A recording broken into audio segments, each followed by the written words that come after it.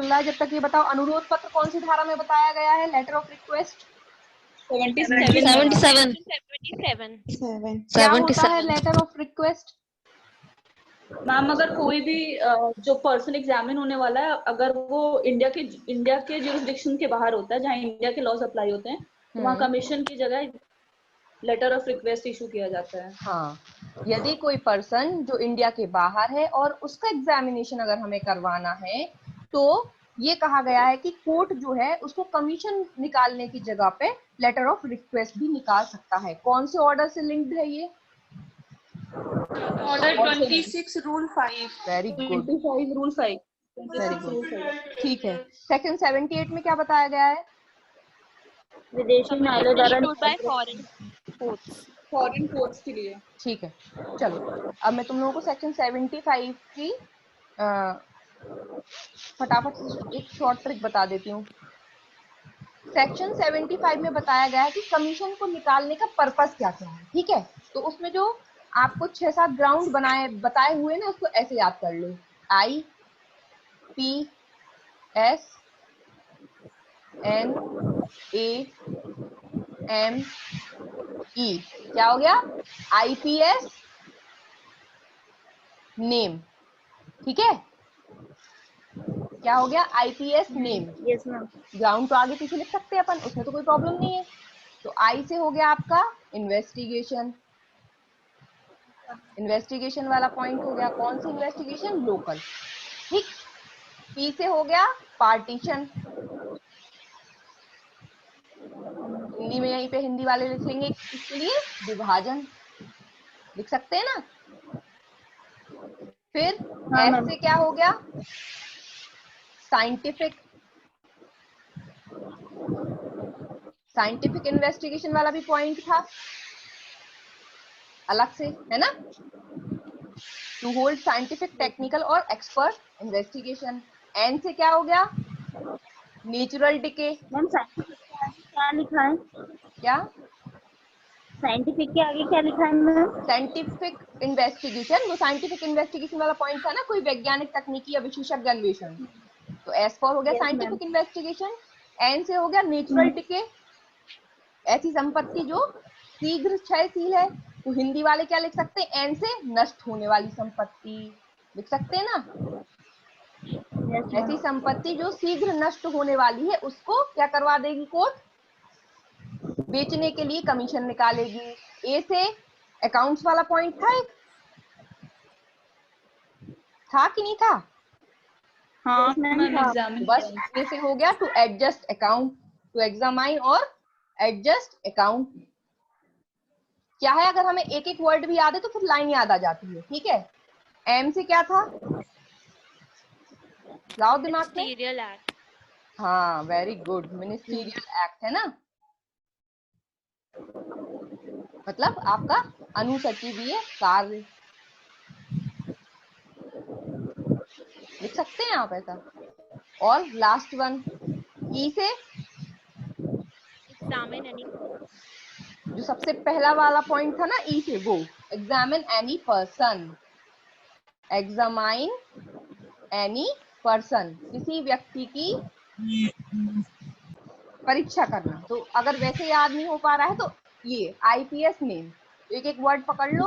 आई से investigation, local investigation, P से partition के लिए, एस से साइंटिफिक इन्वेस्टिगेशन कराने के लिए, एन से नेचुरल डिके मतलब शीघ्र क्षयशील कोई संपत्ति उसका विक्रय कराने के लिए, अकाउंट्स का लेखा जोखा रखवाने के लिए, एडजस्ट कराने के लिए, अनुसचिवीय कार्य, एम फॉर मिनिस्ट्रियल मतलब अनुसचिवीय कार्य करवाने के लिए, ई से एग्जामिनेशन ऑफ एनी पर्सन। अब ये बताओ, जो एग्जामिनेशन ऑफ एनी पर्सन वाला पॉइंट था, जो अकॉर्डिंग टू सेक्शन 75 का सबसे पहला वाला पॉइंट है ये ना, 1 वाला पॉइंट है, तो 75(1) से रिलेटेड कौन सा रूल था? ऑर्डर का रूल 4A। क्या? 4A, वेरी गुड, याद है 4A। और मिनिस्टीरियल एक्ट से रिलेटेड कौन सा रूल था? 10B। पक्का? नहीं मैम, पक्का, बस मतलब जरा पक्का। Yes ma'am 10B। नहीं, यस मैम 10B। 10B ही था। 10B। हाँ, नेचुरल डिके होने वाला कौन सा रूल था? था 10C। 10C, देख देख के बता रहा हो तुम लोग। ठीक है, लोकल इन्वेस्टिगेशन वाला रूल 9 and 10। रूल 9, ओनली 9 था, 10 कहाँ था? हाँ मतलब प्लस होके चलेगा, राइट। 10 इसके साथ और एडजस्ट अकाउंट वाले के साथ, है ना। अकाउंट्स वाला कौन सा था? 11 और 12 का सब क्लॉज 2। वेरी गुड, 11 और 12 का सब क्लॉज 2, जिसके साथ प्लस 10 तो यहाँ पे चलना ही है अब, ये है ना। पार्टीशन वाला यस। 13 14। रूल 13, ये कौन से ऑर्डर के रूल है सब? 26। 26 के ही है मैम। 26 ऑर्डर। ठीक, ये था अपना, जितना भी अपन ने देखा था। ठीक है, चलो अब स्टार्ट करते हैं सेक्शन 79 से, जो आज हमें पढ़ना थी। ठीक है, आज मैंने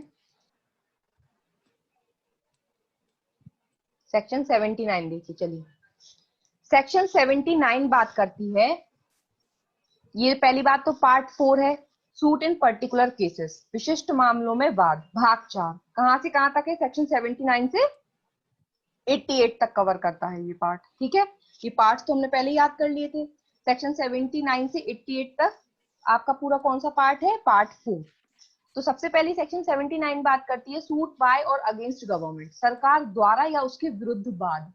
तो इसमें सबसे पहले तो ये बताया गया है कि जब सरकार के द्वारा कोई सूट फाइल किया जाएगा, कोई वाद लाया जाएगा, या सरकार के अगेंस्ट कोई वाद लाया जाएगा, तो पार्टीज को किस नाम से जाना जाएगा? ये सेक्शन 79 में सिंपली बात बताई। इन्होंने कहा है, इन अ सूट बाय और against the government the authority to be named as plaintiff और defendant as the case may be shall be. क्या कह रही है ये धारा?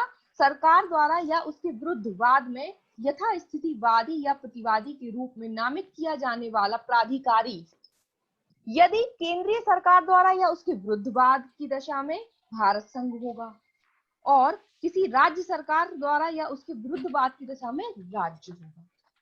In the case of a suit by or against the central government, the Union of India, and in the case of a suit by or against a state, government of that state.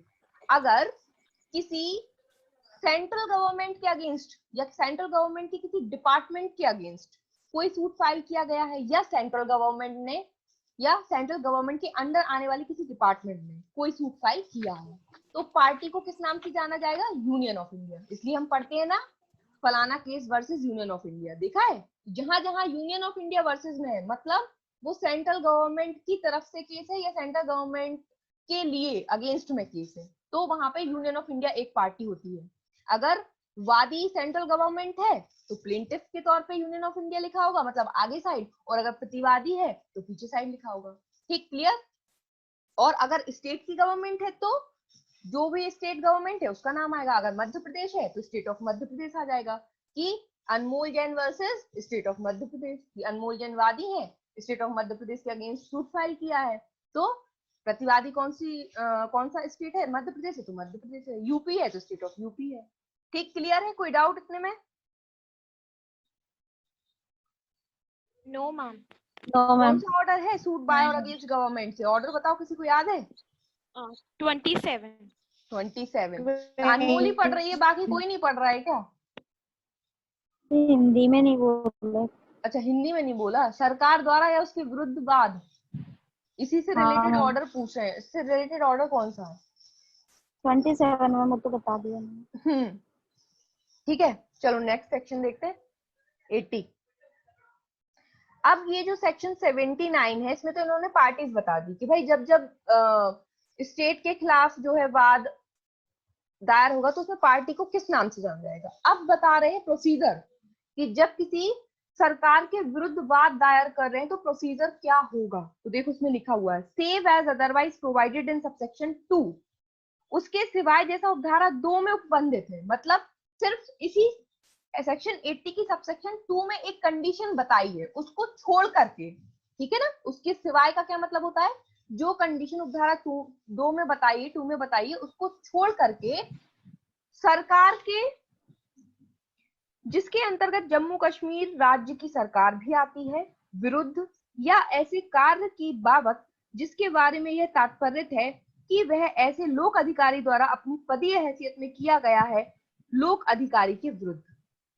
इनका कहने का मतलब है या तो किसी state government के against, अब वो जम्मू कश्मीर की स्टेट गवर्नमेंट भी इसमें इंक्लूड होगी, या फिर किसी पब्लिक ऑफिसर के अगेंस्ट, किसी लोक अधिकारी के विरुद्ध। कैसी दशा में? जब उसने अपना ऑफिशियल ड्यूटी करते टाइम कोई काम कर दिया है ना, तो उस ऑफिशियल ड्यूटी को लेकर के कोई विवाद उत्पन्न हुआ तो उसके अगेंस्ट कोई वाद तब तक संस्थित नहीं किया जाएगा जब तक वाद हेतु का वादी के नाम, वर्णन और निवास स्थान का और जिस अनुतोष का वह दावा करता है उसका कथन करने वाली लिखित सूचना। मतलब इन सब चीजों के साथ कि क्या वाद हेतुक है, वादी का नाम क्या है, उसका पूरा डिस्क्रिप्शन, कहाँ वो रहता है और उसको क्या अनुतोष चाहिए, रिलीफ क्या चाहिए, ये सारी चीजें क्या होगी, एक नोटिस में लिखी होगी। और ये नोटिस जब तक इन प्राधिकारियों को नहीं भेज दिया जाएगा, और ये तीन पॉइंट्स में किस किस को भेजना है। अगर केंद्रीय सरकार के विरुद्ध वाद है जिसमें कौन सा डिपार्टमेंट नहीं है, रेलवे डिपार्टमेंट नहीं है, सिवाय लिखा है इसमें, क्या लिखा है कि केंद्रीय सरकार के विरुद्ध वाद की दशा में वहां के सिवाय जहां वह रेल से संबंधित नहीं है, मतलब रेलवे डिपार्टमेंट को छोड़ करके जितने भी सेंट्रल गवर्नमेंट के आने वाले अंदर डिपार्टमेंट है उनसे रिलेटेड कोई मैटर है तो उसके सचिव को देना है। किसके सचिव को? सेंट्रल गवर्नमेंट के सचिव को। ये पॉइंट क्लियर हो रहा है सभी को? ए वाला हाँ ना बोलते जाओ। यस हाँ हाँ मैम। यदि सेंट्रल गवर्नमेंट के अंडर का कोई डिपार्टमेंट है लेकिन वो रेलवे डिपार्टमेंट नहीं है, रेलवे डिपार्टमेंट को छोड़ करके जो भी सेंट्रल गवर्नमेंट के अंडर आने वाले डिपार्टमेंट है उनके अगेंस्ट, उनके विरुद्ध कोई वाद दायर किया गया है तो उस दशा में नोटिस किसको भिजवाना है? सेंट्रल गवर्नमेंट के सचिव को, secretary to the government of central government को भिजवाया जाएगा नोटिस।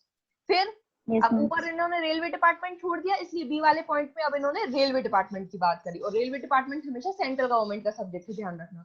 अब केंद्रीय सरकार के विरुद्ध वाद की दशा में जहां वह रेलवे से संबंधित है, अब रेलवे डिपार्टमेंट है तो उस रेल के प्रधान प्रबंधक को, जनरल मैनेजर ऑफ रेलवे, अगर रेलवे डिपार्टमेंट के अगेंस्ट में कोई सूट फाइल किया है तो उसका नोटिस किसको भिजवाना है? जनरल मैनेजर ऑफ रेलवे जो होगा उसको भिजवाना है, रेल के प्रधान प्रबंधक को। नेक्स्ट पॉइंट, अब जम्मू कश्मीर राज्य की यदि सरकार है उसके विरुद्ध कोई वाद दायर किया है तो उस सरकार के मुख्य सचिव को या उस सरकार द्वारा इस निमित्त प्राधिकृत किसी अन्य व्यक्ति को। तो जो जम्मू कश्मीर, ए और बी दोनों सेम लग रहा है।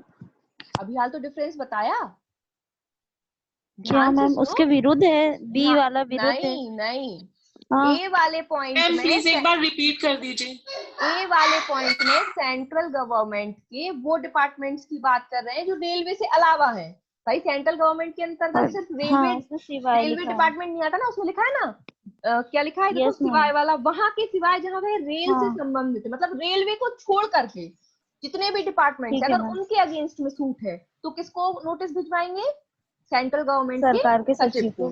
फिर बी वाले पॉइंट में उन्होंने सिर्फ रेलवे का दे दिया क्योंकि रेलवे ऊपर छोड़ दिया ना उन्होंने।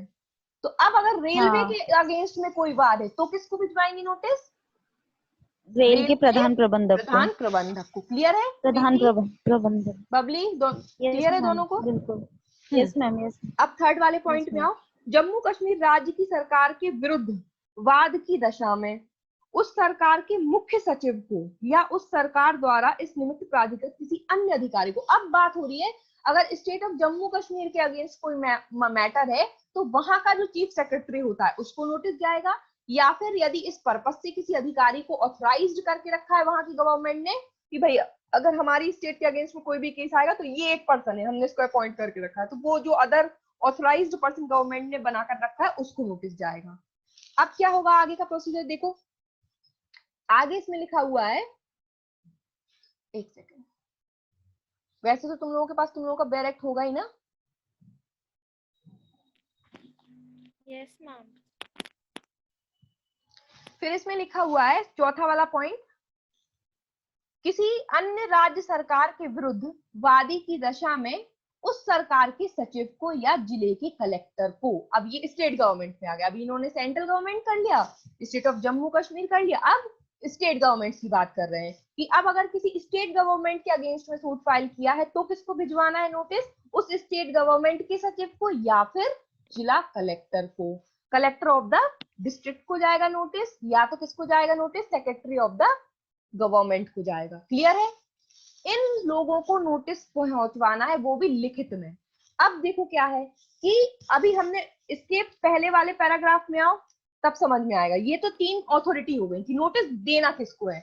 अब इन्होंने यहाँ से पढ़ो, कोई वाद तब तक संस्थित नहीं किया जाएगा जब तक वाद हेतु का वाद के नाम, वर्णन, निवास स्थान या उस जिस अनुतोष का वह दावा करता है उसका कथन करने वाली लिखित सूचना। अब आ जाओ इस पे, परिदत्त पे। परिदत्त किए जाने या उसके कार्यालय में छोड़े जाने के और लोक अधिकारी की दशा में उसे परिदत्त किए जाने या उसके कार्यालय में छोड़े जाने के पश्चात 2 मास का अवसान ना हो गया हो। मतलब 2 मंथ प्रायर नोटिस देना है आपको। पहले अगर कभी भी किसी भी स्टेट गवर्नमेंट के अगेंस्ट आपको सूट फाइल करना है तो इन पर्संस को, इन अथॉरिटीज को, जो 4 कैटेगरीज में इन्हें बता दी कि अगर ये है तो किसको, ये है तो किसको, तो इन लोगों को आपको नोटिस भिजवाना है। और वो नोटिस भिजवाने के बाद 2 महीने जब निकल जाएंगे उसके बाद सूट के लिए प्लेंट जो है फाइल किया जाएगा। बात क्लियर हुई? तो क्या इसमें से क्वेश्चन क्या बनता है? सेक्शन 80 में से आपके प्रिलिमिनरी एग्जाम में क्वेश्चन आता है कि यदि सरकार के विरुद्ध वाद दायर करना है तो कितने मंथ पहले नोटिस दिया जाएगा? तो 2 मंथ पहले। क्या टिक लगा के आओगे?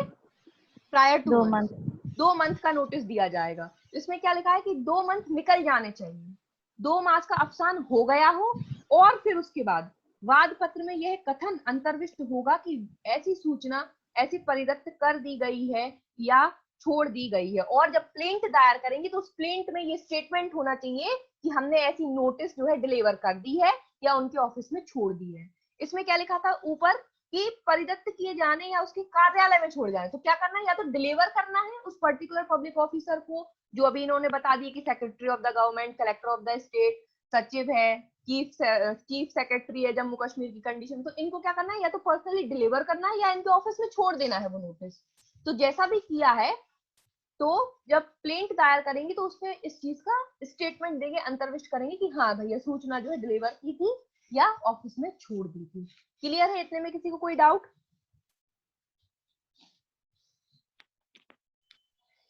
नहीं मैम। सभी को क्लियर हो गया? इसकी जो यस लाइन क्लियर है। अनमोल कुछ पूछ रही, ये पूछो। समझ नहीं आएगी मैम। ये जो लास्ट में लिखा है ना कि and in the case of a public officer delivered to him, इस पैराग्राफ का मतलब दोबारा बता दो प्लीज। इसमें ये बोल रहे हैं कि ये जो नोटिस की बात की ना हमने कि 2 मंथ्स प्रायर नोटिस देना है, और नोटिस किस किस को देना है, ये 4 पॉइंट्स देख लिए हमने कि नोटिस अगर सेंट्रल गवर्नमेंट का रेलवे डिपार्टमेंट नहीं है तो उसको, रेलवे डिपार्टमेंट है तो जनरल मैनेजर को, जम्मू कश्मीर है तो चीफ सेक्रेटरी को, और स्टेट गवर्नमेंट है तो कलेक्टर को या सेक्रेटरी ऑफ द। तो इनको तो ये क्या कहलाएंगे? है तो ये लोग पब्लिक ऑफिसर थी ना। Yes ma'am. या फिर कोई और पब्लिक ऑफिसर है, सपोज करो। यहाँ पे 2 बातें हो रही हैं, एक तो गवर्नमेंट की या किसी पब्लिक ऑफिसर की। अगर किसी पब्लिक ऑफिसर के खिलाफ भी कोई सूट फाइल करना है तो उस पर्टिकुलर पब्लिक ऑफिसर को या तो डायरेक्ट आपको डिलीवर करना है, मतलब हाथ में जाके उसको देना है, या फिर उसके ऑफिस में नोटिस छोड़ देना है। ये बात बोली गई है इसमें, जो नोटिस भिजवाना है ना, तो नोटिस या तो उस पर्टिकुलर पब्लिक ऑफिसर को डिलीवर करना है, मतलब या तो उसके हाथ में देकर आओ बाकायदा इंडोर्समेंट करा करके, या फिर उसके ऑफिस में छोड़ कर आओ। क्लियर? ठीक है। एंड मैम ये लास्ट में लिखा है and the plaint shall contain a statement that such notice has been so delivered. फिर जब ये 2 मंथ का जो एक्सपायर हो जाएगा ना नोटिस, मतलब नोटिस छोड़ दिया ऑफिस में, नोटिस छोड़ने के बाद 2 मंथ निकल जाने दो। जब 2 मंथ निकल जाएंगे उसके बाद प्लेंट जो है दायर होगा, जो भी पर्सन करना चाह रहा है अगेंस्ट गवर्नमेंट। तो प्लेंटिफ में वो ये मेंशन करेगा कि ऐसा नोटिस हम भिजवा चुके हैं, ऐसा नोटिस डिलीवर्ड हो चुका है, या ऐसा नोटिस उनके ऑफिस में छोड़ दिया गया था, लेफ्ट आउट कर दिया गया था। ठीक है, ठीक है, ठीक है। अब आओ 2 पे, subsection 2, a suit to obtain an urgent और इमीडिएट रिलीफ। अब ये इसका अपवाद है, क्योंकि उन्होंने पहले ही बोल दिया था ना तो सबसे पहली लाइन में कि सबसेक्शन 2 में बताई गई कंडीशन के अलावा। तो सबसेक्शन 1 कब अप्लाई होगा? अगर ये वाली कंडीशन नहीं है तो 2 मंथ की प्रायर नोटिस देना ही है, वो ही प्राइमरी वो ही है।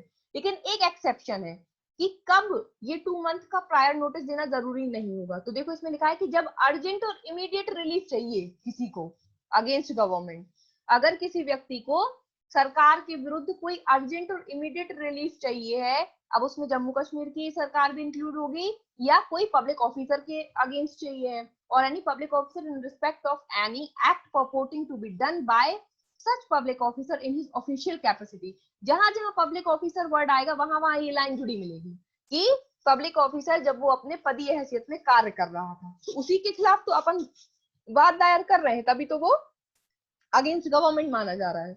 तब क्या होगा, may be instituted with the leave of the court.